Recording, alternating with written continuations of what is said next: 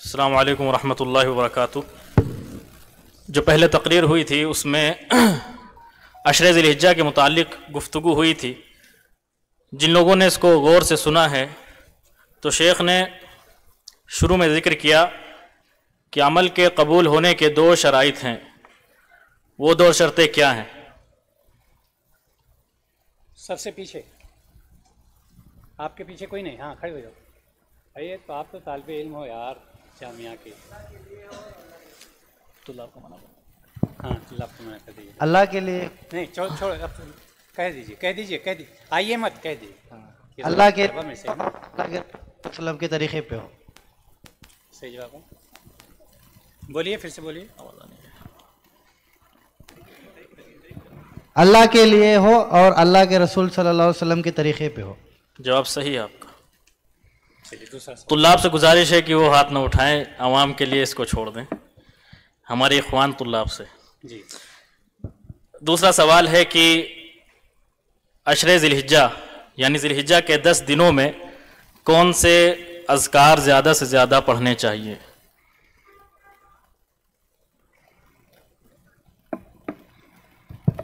ला इलाहा इल्लल्लाह वहदहु ला शरीका लहु लहुल मुल्कु व लहुल हम्द व हुवा अला कुल्लि शैइन क़दीर। तहलील में आ सकता है बस। हाँ जी, जल्दी आ जी।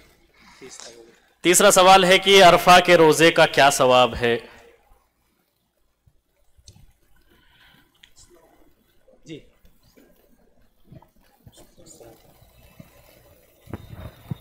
जी, 2 साल के गुनाह माफ़ होते हैं, पिछले साल और अगले साल। जवाब बिल्कुल सही है, जज़ाकुमुल्लाह खैर। दूसरा जो तकरीर का प्रोग्राम था उसमें शेख फुरकान अहमद मदनी साहब ने हज की अहमियत और उसके तरीक़े के मुतालिक बात की थी। उसमें आसान से सवालात हैं, इंशाअल्लाह सब आप हल कर ले जाएंगे। पहला सवाल ये है कि हज का क्या सवाब है? कोई एक सवाब आप बता सकते हैं?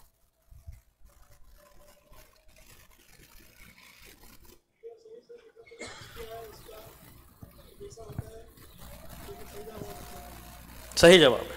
हाँ जी, हाँ जी, जी। दूसरा सवाल है कि औरतों पर हज की फर्जियत की कौन सी इजाफी शर्त है? यानी जो मर्द हैं और औरतें हैं दोनों के शराइत तकरीबन बराबर हैं, लेकिन औरतों के लिए एक शर्त और इजाफी लगाई जाती है, वो क्या है?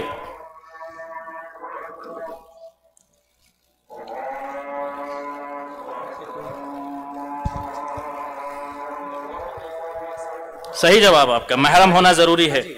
तीसरा सवाल है कि हज की कितनी किस्में हैं? सबसे आखिर में यह जिक्र किया गया कि कितने तरह का हज होता है?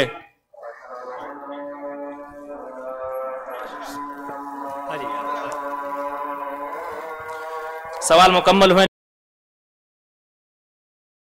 शेख मोहतरम ने फ़िक्र आखिरत के मुतालिक जो गुफ्तगू फरमाई, इब्तिदा में शेख ने ज़िक्र किया कि इस दुनिया की क्या हकीकत है। हम जानते हैं कि ये दुनिया लामुतनाही है, यानी इसकी इब्तिदा और इसकी इंतहा का हमें कोई इल्म नहीं। लेकिन अल्लाह के नबी सल्लल्लाहु अलैहि वसल्लम ने उम्मत मोहम्मदिया की औसतन या एवरेज उम्र बताई है कि इस उम्मत के लोग इस उम्र के दरमियान जिएंगे। वो उम्र कितनी है?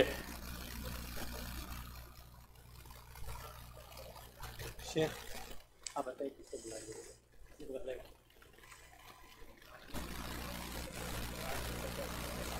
60 से 70 साल। आपका जवाब बिल्कुल सही है, बारकल्लाहु फीकुम।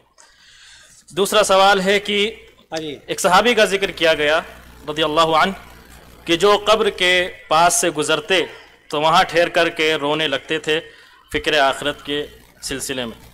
कौन है वो सहाबी रज़ियल्लाहु अन्हु? दूर से देखिए, किसी को बुला लीजिए। हाँ जी, इनाम तो आप पा चुके हैं पहले, तो बगैर इनाम के रहेगा। हाँ जी, हाँ, जवाब दीजिए।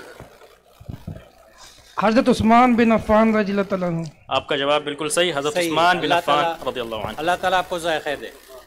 ये अभी 2 सवाल बाकी हैं क्योंकि ये सवाल बगैर इनाम के था। दूसरा सवाल है कब्र में अजाब के 2 असबाब या 2 अमाल जिक्र किए गए जिनकी वजह से अजाब होता है, वो क्या है? ये पकड़ी वाली, आ जा पकड़ी वाली, जवाब दीजिए। हाँ, एक पेशाब के छींटे से ना बचने वाला और दूसरा चुगलखोर। बिल्कुल सही आपका जवाब है, चुगलखोर और पेशाब के छींटे से ना बचने वाला।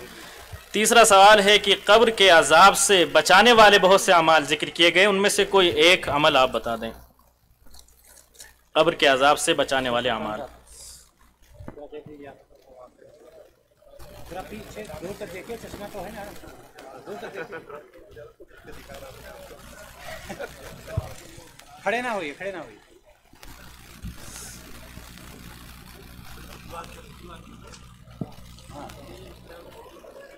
बुजुर्ग कौन है बुजुर्ग? माइक वाले।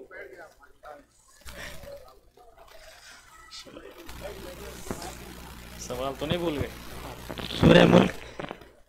आपका जवाब बिल्कुल सही है, सूरह मुल्क पढ़ेंगे तो इंशाअल्लाह इससे हाँ जी, कब्र के अजाब से नजात है। जज़ाकुमुल्लाह खैर, बारकल्लाहु फीक।